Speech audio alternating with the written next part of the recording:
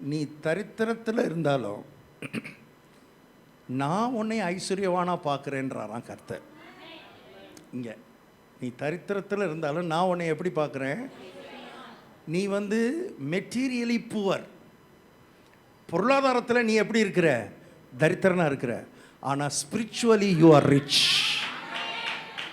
Spiritually நீ எப்படி இருக்கிற? ரொம்ப ரிச். ஆவிக்குரிய விதத்தில் நீ பணக்காரன். ஏன் அப்படின்னா, எனக்கு பணத்தை விட யார் முக்கியம்? நிற்கிற இயேசு முக்கியம். நிற்கிறதுனால பரலோகம் உன்னை பார்க்கும்போது நீ தானே பணக்காரன்றாரு. நீ தான் பணக்காரன். உலக பிரகாரமான தரித்திரம் உனக்கு இருந்தாலும் இயேசு முக்கியம்னா யூ ஆர் ரிச்.